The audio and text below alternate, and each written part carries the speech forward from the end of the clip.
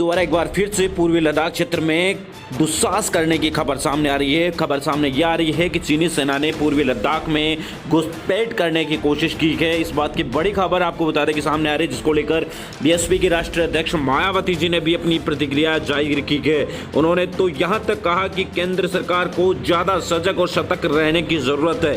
BSP की राष्ट्रीय अध्यक्ष मायावती जी ने अपने ट्विटर अकाउंट से लिखा है कि चीनी सेना के द्वारा एक बार फिर से भारतीय क्षेत्र पूर्वी लद्दाख क्षेत्र में दुस्साहस करने की खबर चौंकाने वाली है। लेकिन संतोष की बात यह है कि भारतीय सेना ने इन सब का मुंह तोड़ करारा जवाब दिया है।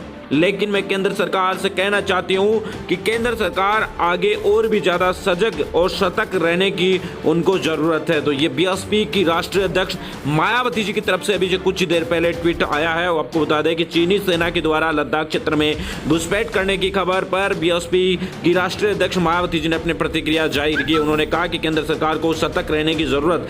उन्होंने भारतीय सेना का मनोबल बढ़ाते हुए कहा कि भारतीय सेना ने इसका मुंह तोड़ जवाब दिया, ये संतोष की बात है।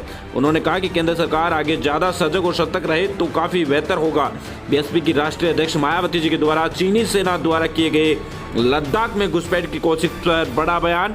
उन्होंने कहा कि ये चौंकाने वाली खबर है, दुस्साहस की खबर, काफी ज्यादा चौंकाने वाली।